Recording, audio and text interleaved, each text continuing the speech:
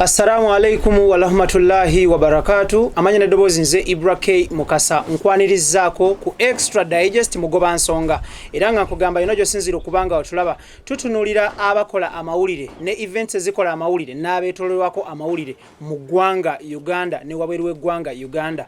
Era nga olunaku olwaleero ndi wassanyu okutegeeza nti tuli n'omubaka wa Kampala mu lukiiko olufuzi olw'eggwanga Parliament era nga alina enteekateeka inshallah ezikyusaamu ave ku baka bwa Parliament adde ku kutwala ekibuga ekikulu eky'eggwanga Uganda Kampala City oba Kampala City Authority oba KCCA oba Kampala okutwaliza wamu era nga ekifo kibeera nti Lord Mayor oba Omulodi era nga wano wendi ndi wasanya okutegeeza nti tuli n'ekitiibwa Honorable Nabilahnaggayi Sempala.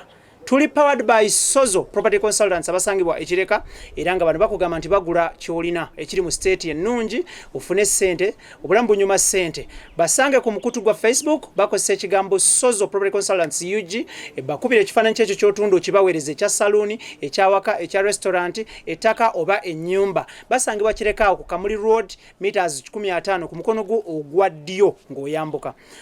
Assalamu alaikum Honorable. Alaikum salam wa rahmatullahi wa barakatuh. Nkwanirizzaako ku Extra Digest mugoba nsonga. Nange nsanyuse. Njagala obuze ku balungi abatulaba. Abatulaba mwenna nsanyuse okubabuuzaako olwaleero. Mwebale kulaba programu eno kubanga eri versatile. Mwebale kujja ate namwe mwebale kunnumba. Embeera etambula etya otopinze chats oli all over mainstream media oli ku social media on every handle of social media buli lwogendayo booti erinnya lyo ekifaananyi kyo n'ebikukwatako n'embeera eriwo mu ggwanga Uganda bisafeesinga. Kituufu ebiseera ebisinga amawulire ntera galekeramu abagakola.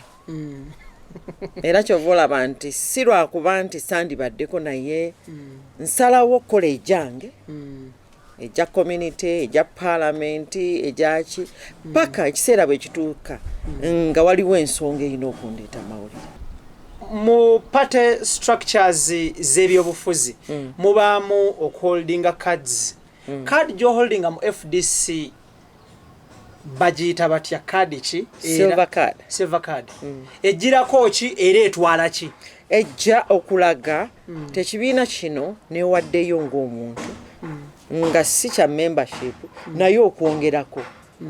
Ba kadi ezimu za 10,000 ezala za mutwalo endala 15 neogula eyo million 2. Eyo ya million meka? 2. Expire yayo eri how long? Kubanga oba okiwaddeyo buwi. Buno obukumi obw'olukumi bwako expired. So eyo eri open? Eri open. Gw'olina okuvaayo n'ogirevoke nga nogaa nti nvudde mu kibiina.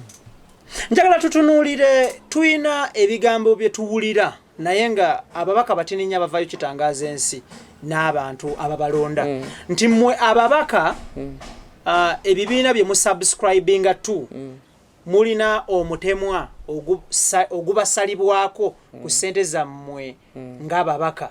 Abantu abatulaba balagadde okumanya mutemwa guno gwa ssente mmeka era zisalwako ddi na ddi? $5,000 buli mwezi.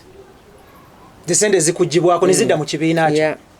Ate ekibiina era ne kigenda ne kiteekayo application nga kimaze okutubala. Nabilah tumulina, gundi tumulina, Munyaga tumulina, essente zaffe muzituwe. Ani ajjayo essente ezo? Secretary General. Bazijjayo ddi na ddi? Buli mwaka. Zikola ki? Zizo zisasula amasannyalaze ne zigulira abatu gundi enjaga abatuvuma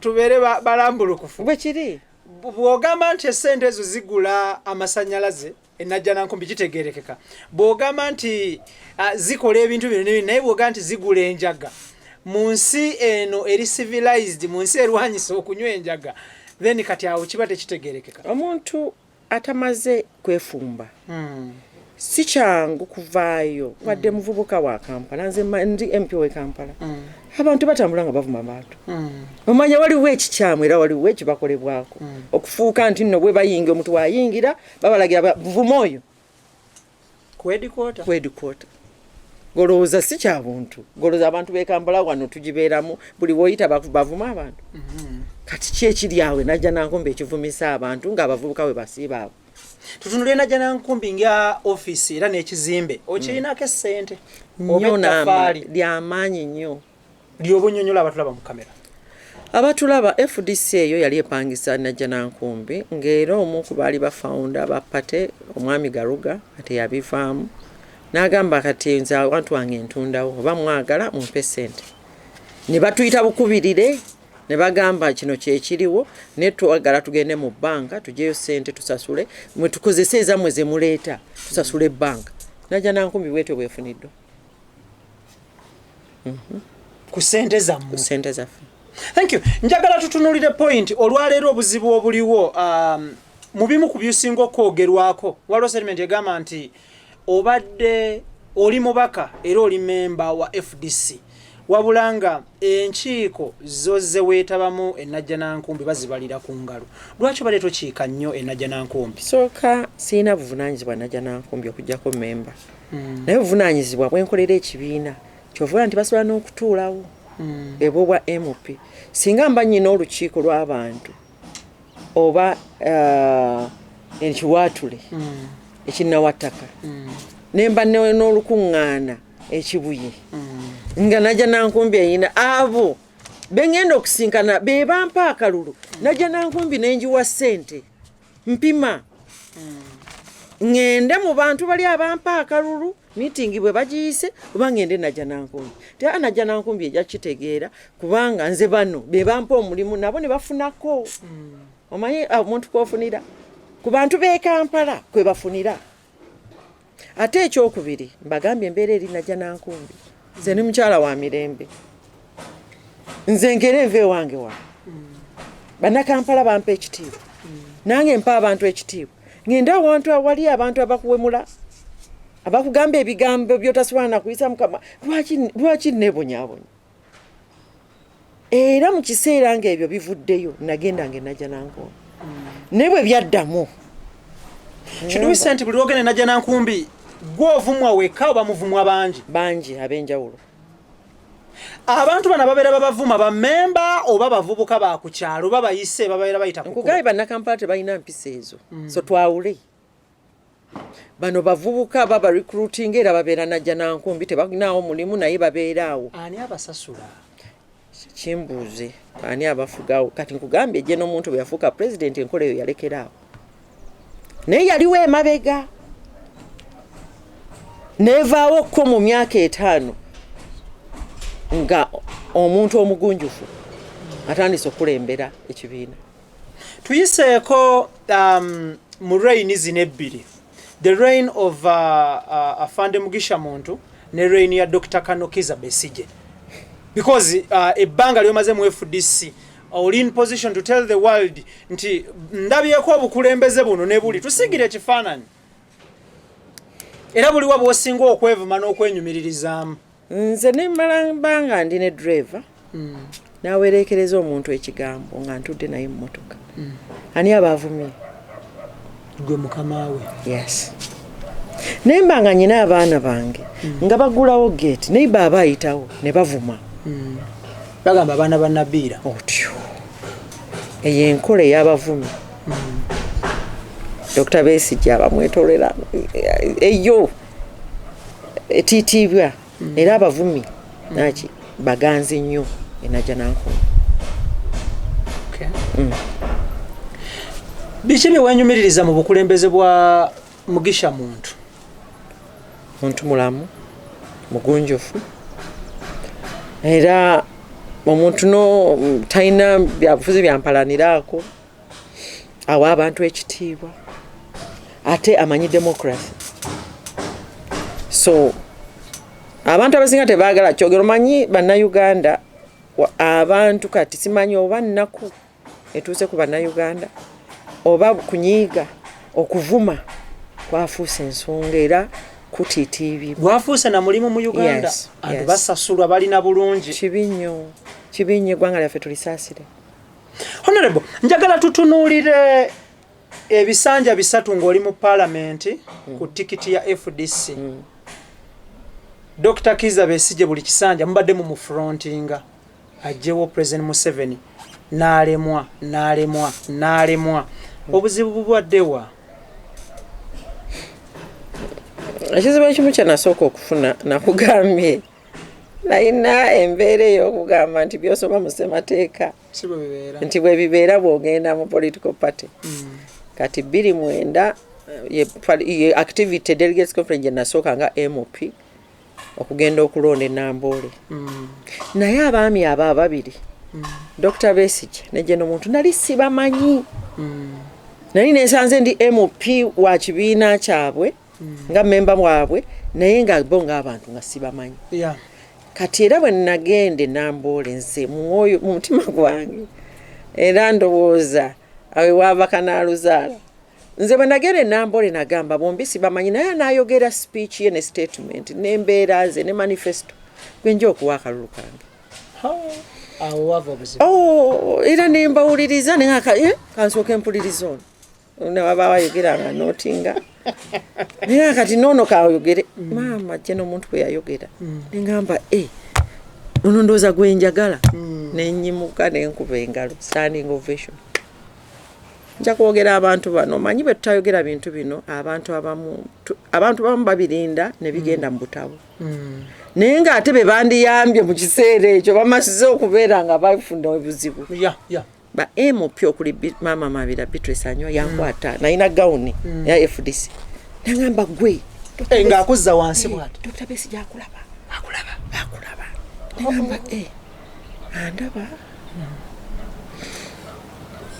Mama Mabira katali mwenare. Ye Dr. Besigye tamulaba kati.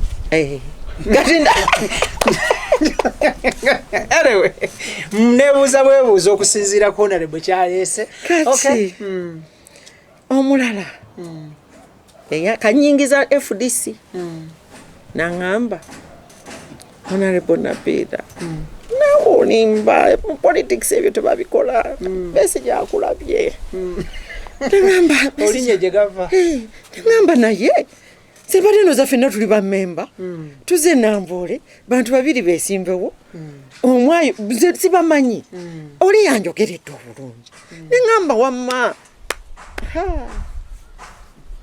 okuva olwo wetyabira akalimu abantu batubuuza kyovola nkugamba ntera obutajja ku mawulire kubanga nze njogera bwe nti. Wasembayo ddi okwogera ne retired Dr. Kizza Besigye either on WhatsApp, direct phone call oba okumusisinkana head on? So kata China vunaanyizibwa mu pate kubanga pate president mulala Amuriat. Amuriat noza nayogera naye last year. Ka Dr. Besigye muntu nga member era enajja nankombe taliyo. So tewali nsonga ebasisinkanya kubanga is just a party member, si party president. So okujawo nga kyabuntu. Besides ebya party, when did you last hear from him? Jose myaka ngebiri. When did you last hear from General Mugisha Muntu? Abadde ayogerezeganya nnyo nange era ndowooza when did I last talk to him? I last talked to him around January this year. Abalungi abatulaba IBRAH Mukasa gemanya gange tuli n'owekitiibwa Honorable Nabilahnaggayi Sempala era nga mubaka wa Kampala District mu Parliament, mubaka omukyala. Ayina enteekateeka ezijja ku bwa Lord Mayor w'ekibuga Kampala still. Tuli naye tutunulira political career ye byayisemu ne watuusa olunaku olwaleero. Ekikyali ku mimwa gy'Abannayuganda ne Bannakampala ne Bannayuganda abawangalya wabiri w'eggwanga Uganda kwe kubeera nti tewayisiddwa bulungi ku kitebe ekikulu ekya FDC. Ensonga esookera ddala amawulire galaga nti wazzaayo empapula late. Point number 2, wajjayo empapula mu ngeri etategeerekeka. Ekituufu kiri ki? Abasoba bali eyo bagamba nti ebibiina by'obufuzi si muzikiti, si kereziya, si kanisa. Bya bufuzi bye bibeerayo. Era ekifo mu bifo byonna ebyalangibwa omulundi guno obwa Lord Mayor tebabuteekako. Yo nga political party gyo subscribe nga tu. Lwaki? Ate kati munange kati byebyo bye tulimu, that's why tulinemu obimbuza n'okubimbuza. Kati nengamba nayinza ekifo ekyo kyenjagala empapula nengamba tiimu yange gwe ngendere nakawa gwe weekawo empendetera olupapula lwayo gwe lwerubaga leeta owe Makindi empa owa Central leeta bonna ne baza amawulire tebatugambye ezo teziriiwo ekyo wa Lord Mayor. Yes. Okay.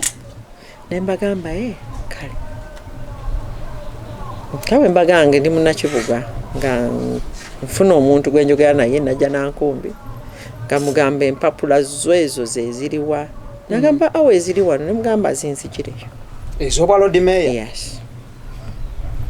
Nazijjayo nazinsanza wanawaka nempita bali abeekawo empe nakawa bikiri nga ezo muzizzeeyo zijjuzibwe.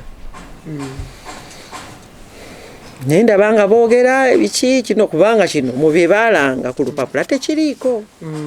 Nengamba nga batakiranga nze ngenda kizzaayo mu mbeera yakyo tekirinaako application, tekirinaako return date, tekirinaako. Ojja kukiddizaayo w'oyagalira. Wenjagalira. Era nandibadde nswano kizzaayo. Obeere mu deadline ya EC. Yes.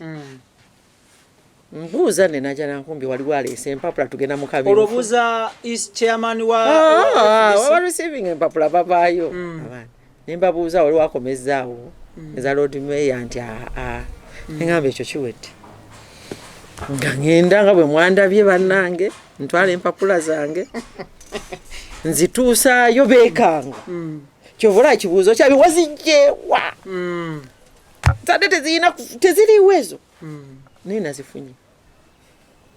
Era olaba nti ekibuuzo ekisinga obukulu wazijjeewa. Njagala abalaba programu eno mwetegereza abantu abo wazijjeewa kubanga ezo tezirina kubaawo. Nemaga nti nze nziina nze njagala okwetaba kifo kino. Niwe baawo candidate omulala ndirwedde ogenda mu kamyufu naye mu kamyufu k'ekibiina mubinkane tubinkane ndoze ebyaddiridde mwabirabye ffe tetujja zikwa ninga mbalekedde kopi yammwe naawe nosigaza kopi ninsigaze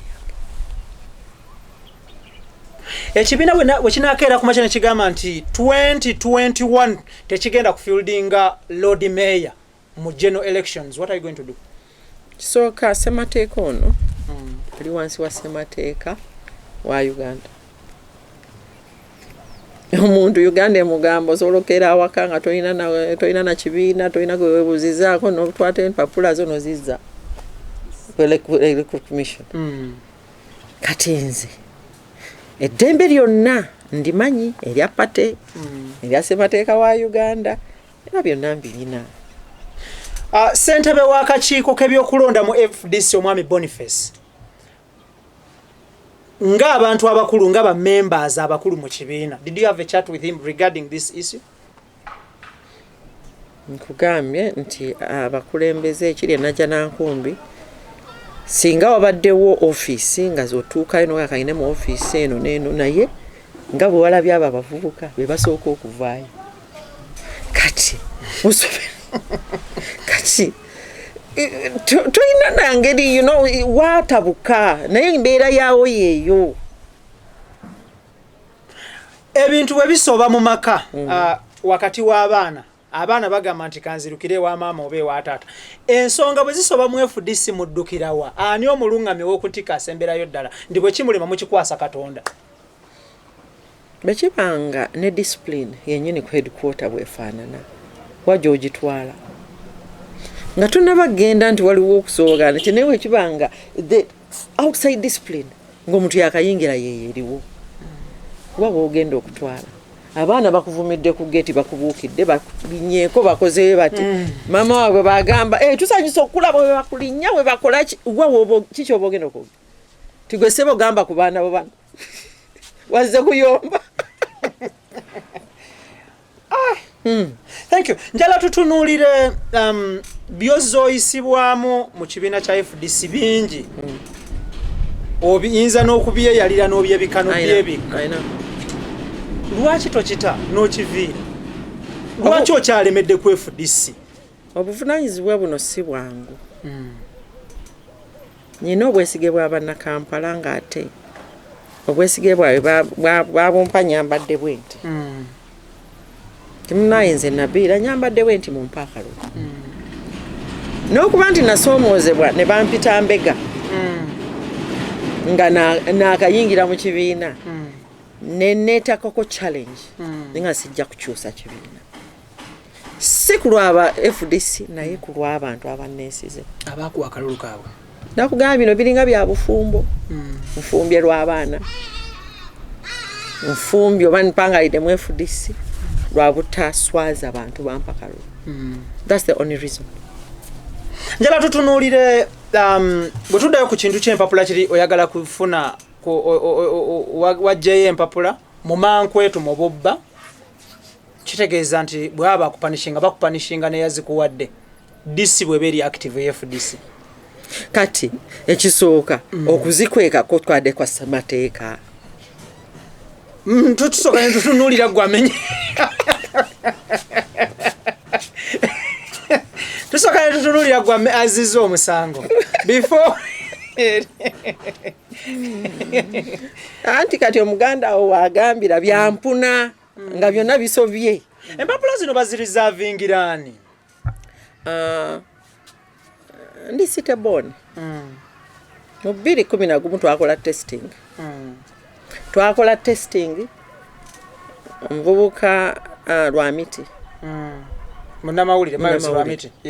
Najja nakumbi ngaze kujjayo mpapula za Road Mail. Nze era nali mu tiimu eyo nga nze testinga. Nibaga kino ekifo tufete tukisimba mu muntu kiri mu Lukwago. Ngamba netugamba ekibiina kino kiriko omuntu asobola okubeera ebweru. Lukwago si wa DP. Ebyo bibuuzo munnange byalina okubyanukula. Tugende mu maaso. Lwamiti ano n'empapula bamugamba tetuzirinaawo. Era twali tugezaako nze ndi mu Kampala tulinde district nga tulina candidate ayagala nti nedda tekisoboka. Era nekiggweerawo era gundi mwami Biriggwa chairman wa party yakirimu n'agamba nekimuzitoowerera. Paka olwaleero era tewali annyonnyola nsonga eyo naye bwe kiri. So nalina testing adda. Era ekijoomanyi kinyaga bitono nazze nkitegeera. Manya naye kankigezesa kubanga bali ngamba wasabako ekyo nadde nyino kiggusa. Saagala kunneekwasa ti Nabilah fetiti yatugamba nabagambye. Omulungi alaba IBRAH Mukasage manya gange tuli powered by Sozo Property Consultants abasangibwa ekireka meters 15 Kamuli Road omukono ogwa ddyo ng'oyambuka era nga wotulabira ntuli n'owekitiibwa Honorable Nabilahnaggayi Sempala woman MP wa Kampala era nga alina enteekateeka ezivayinga for Lord Mayorship 2021-2026 ulina lunaku lwa tutunuulira political journey ye ne career ye nga kwotadde n'ensonga mpitirivu nnyo. Owekitiibwa njagala tutunuulire, do you believe or do you practice rule of law? Nnyo.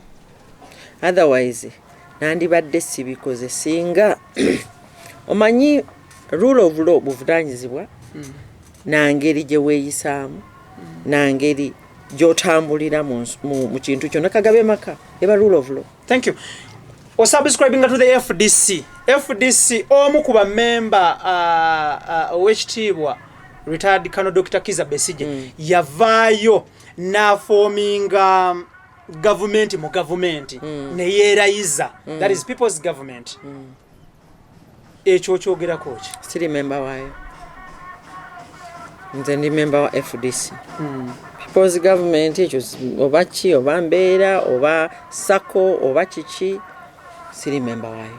Lwaki?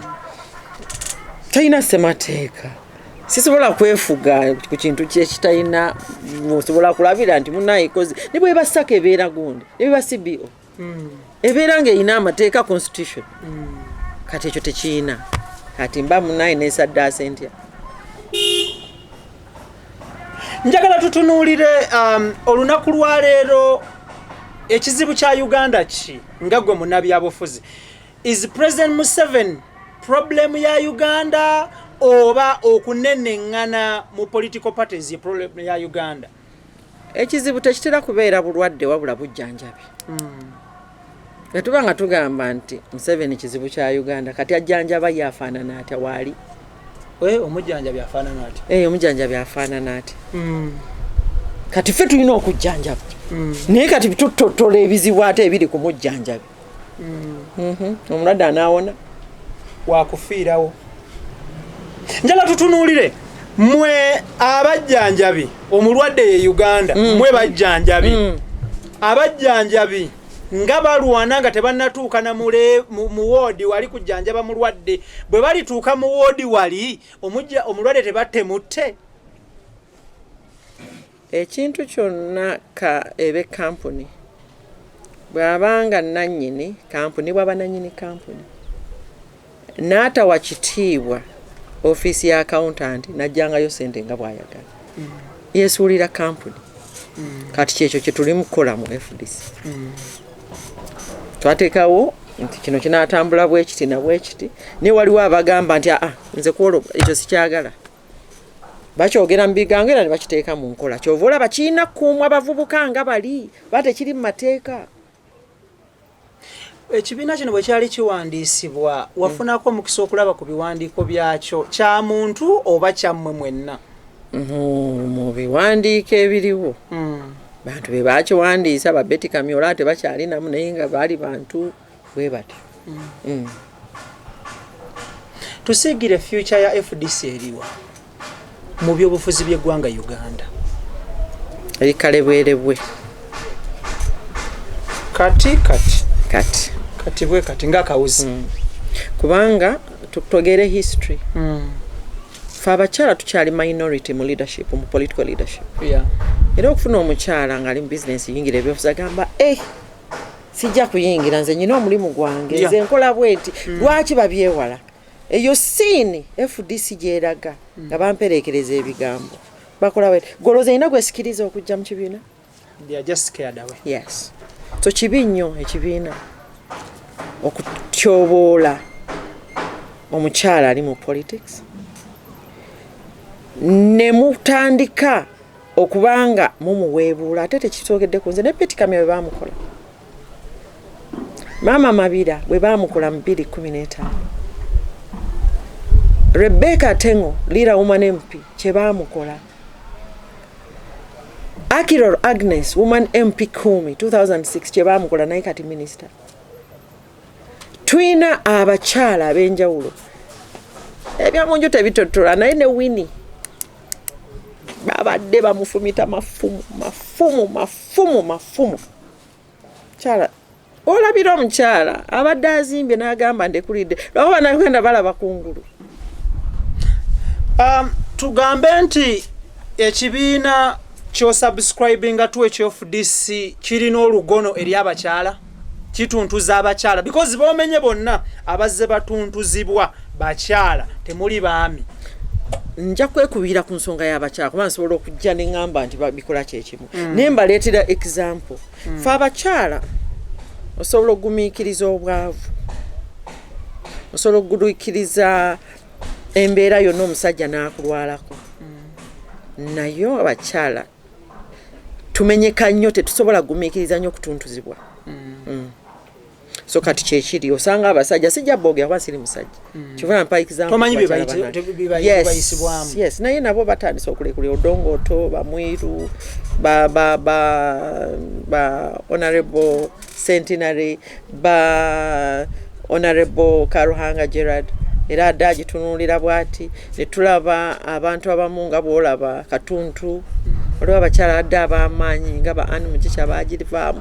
So kibaddewo you cannot be in opposition n'otandikira ku ba MP ana nokka paka oli mu 10 kyekyo kyoba ozimba oyina ekigendererwa kirala oba oyagala buyinza. Njala tutunuulire ekibiina ky'osubscribinga to FDC bw'okitunuulira akalulu kano akaddako aka 2021 kiina amaanyi aganajjayo President Museveni kitya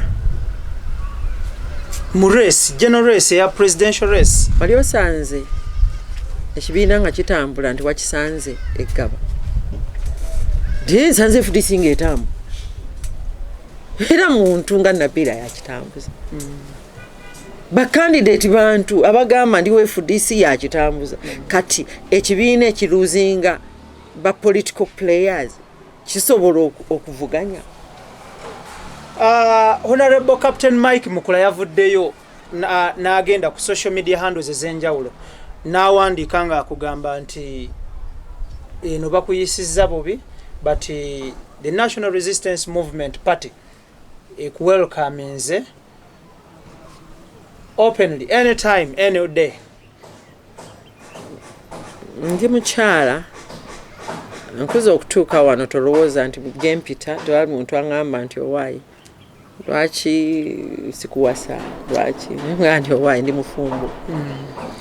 Kati n'embeera eno bwefaanana bya ebibiina by'obufuzi birina okutubeera nga byo bitegeera politics tebigoba bikuyega kufuna naye kyaffe fo kigoba n'okugoba munnange. Kyovula nti ndi awo masaŋŋanzira omanyi ekitiibwa ky'omukyalo oba ekitiibwa kyo ng'omuntu gw'okyekuumira. Oluusi osalawo n'ogamba parameters njaguma kusinziira wano biki naye wabaawo era munnange w'otandika okutendewalira naye nkyalinze ndabe kubanga tolowooza nti ekyo kyadde kyaggulo FDC balina gye bajja okutuula osanga baye tukikoze tutya. Okyalimu FDC oba wavuddemu? Nkyaliwo FDC nakuganyisa mateeka alambika bulungi omuntu ava atya mu FDC. Kadi ye eriwa tulabekoma. Bulungi nnyo. Eyo yiyo. Eno yali ya 10. Ezo ze ziriwo as subscribe. Eri ebeera special card. Yo subscribing ato. Kati eno zino ez'enjawulo za myaka gyanjawulo eno 2015 eno 2007 eno yempya. Let's have these ones on first on camera. Omulungi atulaba zino ze kadi za Honorable Nabilahnaggayi ez'ekibiina membership card. Kati olaba egundi ez'enjawulo n'obufaananyi obulaba era bwe bufaanana kano kadda kano ka yeah. Then the latest. The latest. This is the newest.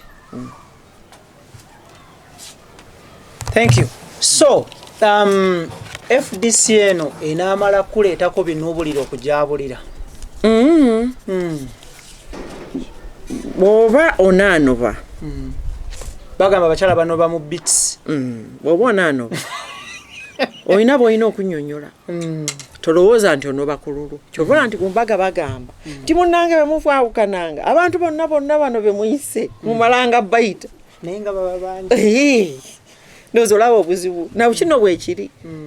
Kyova olaba bwe mba nafuna ekizibu nga nvudde oba nga bwe ngobeddwa. At least bannayuganda bategeere nti omusajja owaayi nga bwombuuzizza onaamala kufuna bino obule.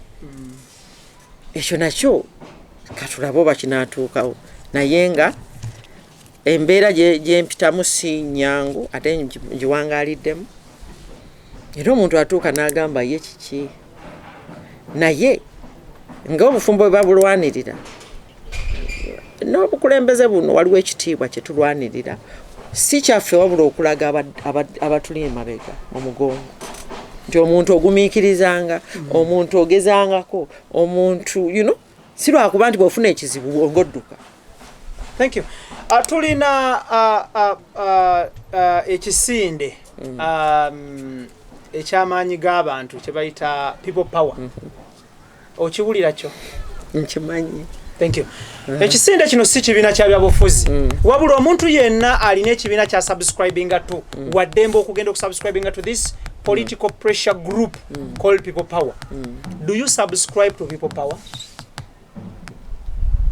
As a political pressure group. Nkugambye siri mu people's government. Ndi mu People Power. Omanyi choices ezo nungi. Waliwo aba FDC nga bali mu people's government. Waliwo abatali ba FDC nga bali mu people's government. Kati waliwo ebimu ebitugatta. Omanyi zino simanya saako Venn diagrams. Ezagattanga mugattirawa. Kati nze ngatta intersection nze ndi mu FDC. Ne intersection yange eri mu People Power. Kati waliwo aba FDC nga intersection people's government. Kati bwe bityo bijja bitambula. Kati nze ndi FDC ne intersection People Power. Kyemanyi nti bw'ona atuuka okuyega okunoonya akalulu ojja kunoonya akako nga bw'onoonya n'ako mukulembeze w'eggwanga yaliwo oyo. Kati bw'oyagala ondaba omusajja yankubye ojja ku geeti bw'ombuuza ogenda kufumbirwa ni kwaba babadde.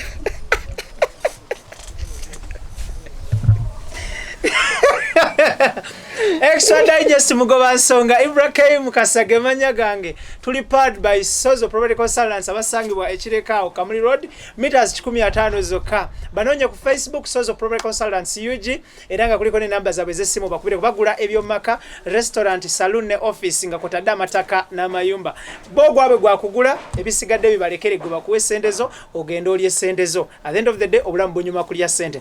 Honorable muno yaliko former leader of opposition mama wa Mulungi Winnie Kiza yavuddeyo n'alangirira nti 2020 mugumu talina nteekateeka zeesimbawo wadde ku bwerosi.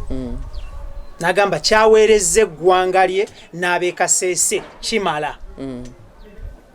Kyakuyiga ki kye tujja mu ekyo kubanga osavinze ebisanja kati bisatu nga ye era twayingira ffenna myaka 10 n'eki. Yes.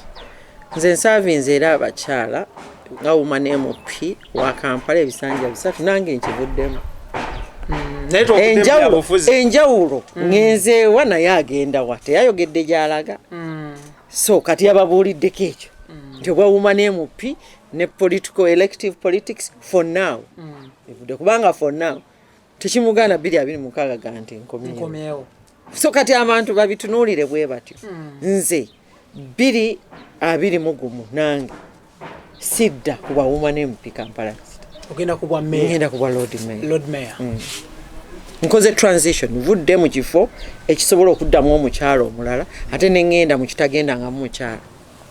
Kino kyakuyiga kyeri bannabyabufuzi mu ggwanga Uganda ku mitendera gyonna because tulina n'aba LC abamazeeko ebisanja 10.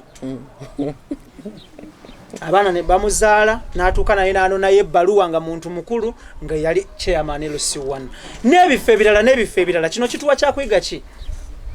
Kusooka kwa byonna natwokedde ku kigambo experience. Ebikulembeze change before biri sensitive nti twetaaga nnyo experience naye term limit ze twetaaga kati okutandika okwogerako. Do we put term limits kuba MOP? Nze kyensuubira term limit mu nsi zonna kuba democracy ono si ffe tumufumba. N'ensi zonna ezirina term limit kuba president. Lwaki? Obwa president bulina obuyinza bungi, bulina amaanyi mangi, bwavuwaza omuntu oba bugaggawaza omuntu. Busobola okusaanyawo family oba busobola ogizimba. Busobola okutta future y'abaana abali mu primary oba okubanunula. Kati olw'okuba nti kikwata obulamu bw'abantu bonna naalumanya saalumanya nabyabufuzi atali bizinensi biki ekyo ekifo kye baba bagamba owaayi so okufuga abantu n'obanyiga nnyo baako ekkomo. Kati ffe tuteekayo eddoboozi mu kifo ekyo. So abantu abamu basomesa ebintu ebyo babisomesa halfway tebabimalayo. Naye nga gw'olowooza osobola okugamba abantu nti mmwe olw'okuba owezezza emyaka 5 vaako kubanga kirina okubaako n'emyaka kirina okubaako tulina kati ogenda mu details nyingi kubanga kati kitegeeza bwe muteeta term limit ne age limit mukireete MP atandika ddi era akoma ddi oba tetusobola kugamba ffe tukisuddewo awo eyo embeera eyogeza ebintu ebyo yabyabufuzi tuginnyonnyole buli kimu kisoboka kuba ssemateeka waffe bantu bwe tubanga twagala abakulembeze babeereko batandikira ku myaka emeka era emyaka emeka egitalina kufuga nakyo tutegeere nti mu Uganda abantu bakoma ku myaka 45 abasigadde mu bibyeso nnyo. Thank you.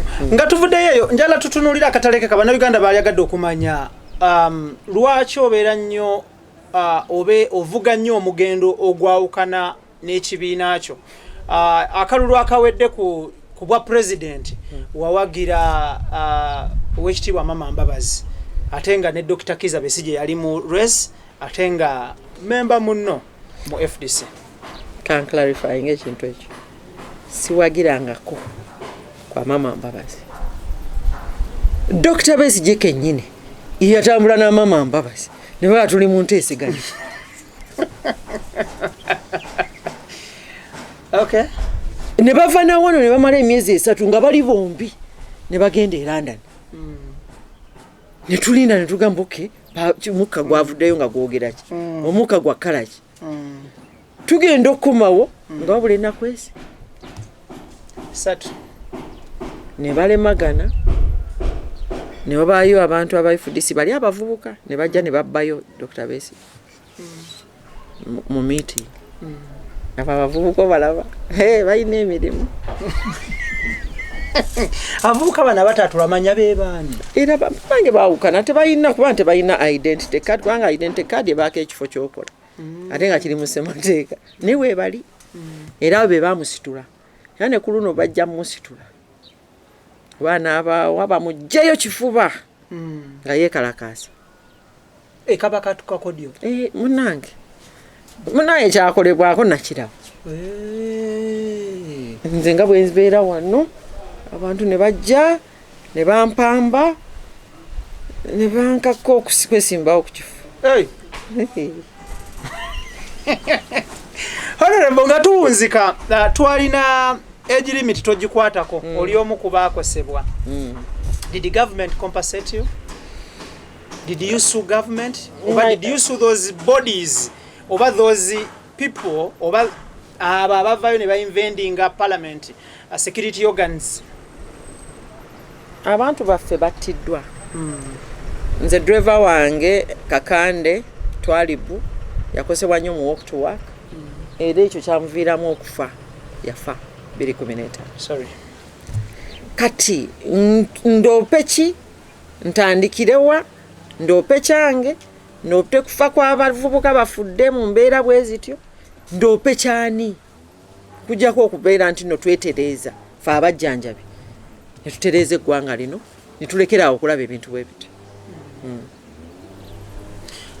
Waliwo mbeera yaliwo eya gavumenti okweddiza Kampala oyogerwako ng'omu ku baavaayo oba omu ku baalya mu Kampala olukwe n'olekera gavumenti okweddiza Kampala neetakinga over Kampala nefuuka authority n'egifuula na ministry namba. Ekisooka amendment eyo yajja tetunnatuuka na mu parliament 25 yayitamu ne term limit byajjira wamu. Era tugenda mu parliament nze nayingira parliament ne Lord Mayor Asirukwago bawinikiza ngeri etteeka lyaluma dda nga president alinze bulinzi liteeka mu nkola. Era mujjukira nti seya bwe yatuuka n'amuganye n'essanvu namulagashi essanvu najja essanvu lye n'amugamba nsobola okusala omuzannyo ssaawa zino n'amugamba wange munange sirwana tukole. Era essanvu ne liddayo. Kati essanvu lyali already weri kati wabeerawo etteeka president bw'aba tanabakwasa na ku implementinga tekiriba nti no bwalireese etteeka lya 25 asinatuuka na mu parliament. ng'eyali MP owa Kampala owa opposition mwakolawo ekyokulwanyisa embeera eno. It is parliament. Parliament is a democracy. It's numbers. It's numbers.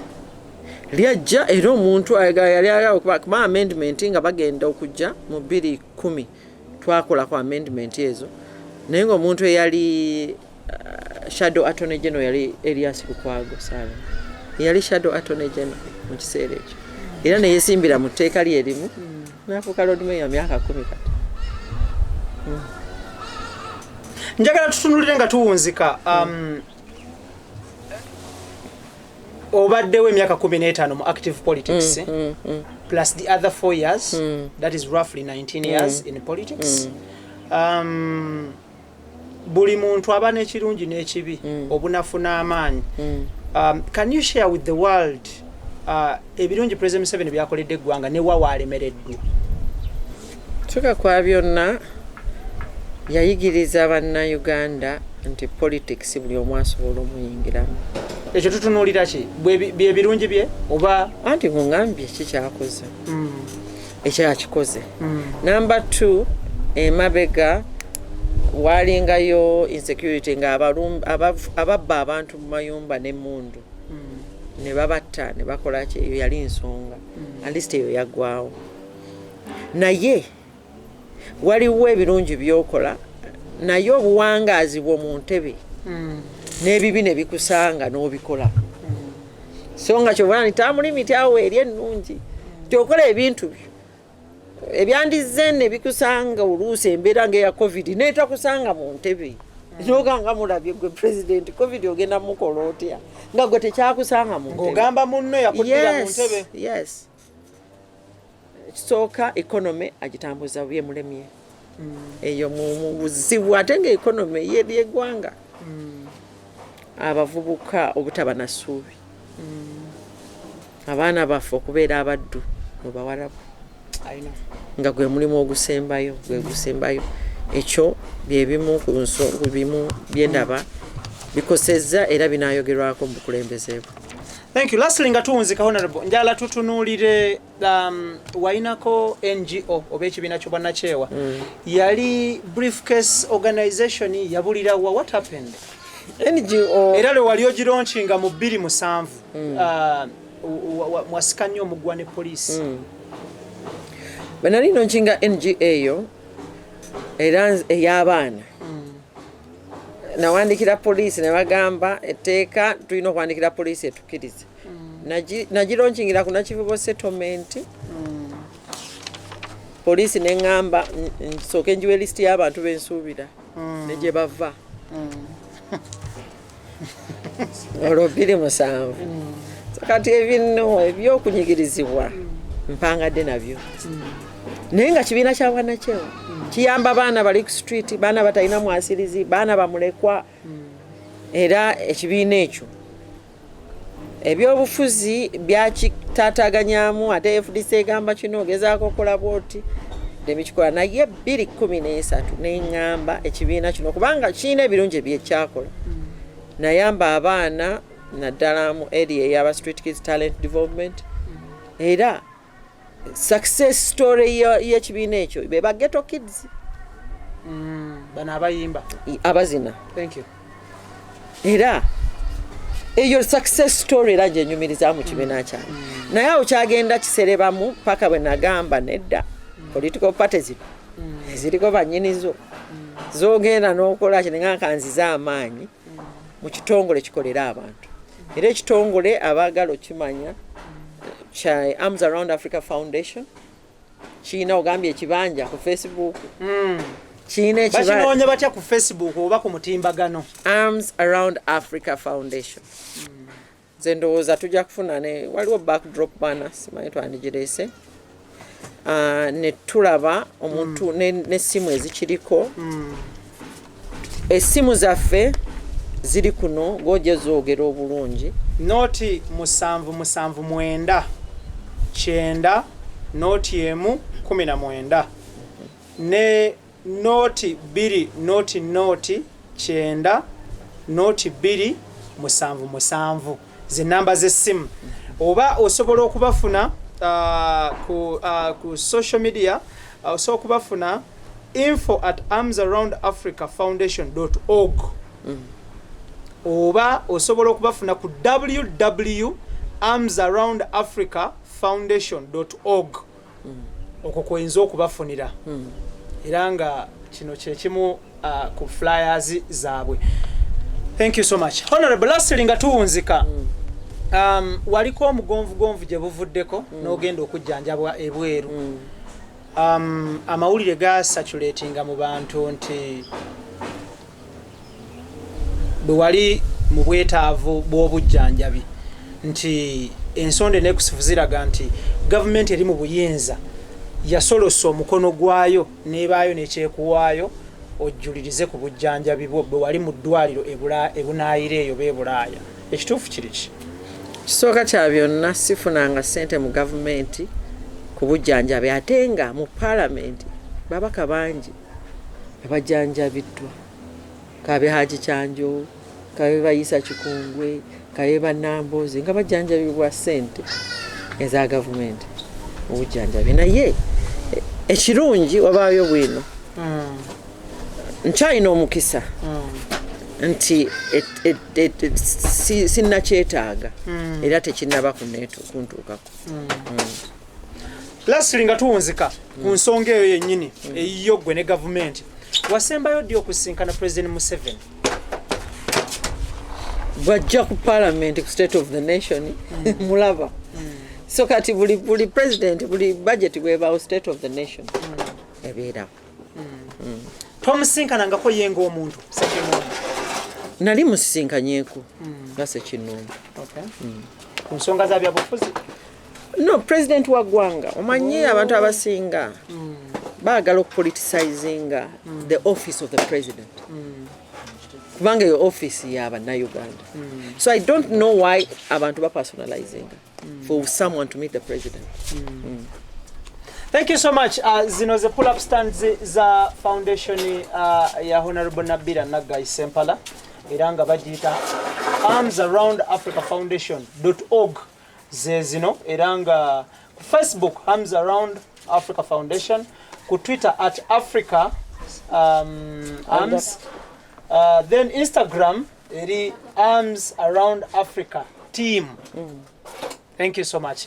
Okay, ye mbere eriwo banonyeko for more information era nga eno ye foundation ye gya launching 27 though ebintu byatambula bulungi with security yo police. IBRAH Mukasa gemanyaga ngi tetugenda kubanga tusuka wano njala kwebaza team gentambule nayo Idris Lukwago, Tone Senabulya, Daniel Mugoya. Thank you so much. Era nga nsembyayo okwebaza omukulu wa Sozo Property Consultants UG abatekamu ssente basangibwawo Kireka Kamuli Road meters 15 zokango yambuka mukono gwo ogwaddyo bagule bya office waka restaurant saloon amataka n'amayumba era nga banonyeko ku kibanja kya Facebook Sozo Property Consultants UG.